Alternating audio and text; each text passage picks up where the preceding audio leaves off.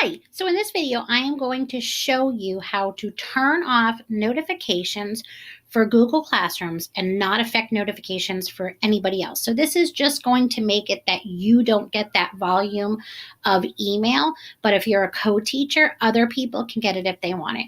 So you are gonna go when you're in just actually anywhere in your, you can be actually in your classes here, this is fine. You're gonna go to what I call the pancakes in the top left-hand corner. So you're gonna go to your pancakes and you are going to go scroll all the way down to the bottom to, and I gotta move it, sorry, my tools are not showing it to me.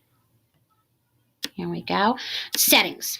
Sorry, my toolbar was over that. Okay, so then you can turn right here, you can turn off email notifications. So you don't get any email notifications, and that does not change it for anybody else. That changes it for you for all the classes. You also, if you scroll down to the bottom, let's say so I am a co-teacher in some classes and I am a teacher in other classes. So I'm a co-teacher, so I turn this off, co-teacher, turn this off. This is mine, I turned it on. This is mine, I turned it on. These are old ones that I still keep active. I turned off notifications. So you can either say altogether, I don't want any emails, or you can do it class by class.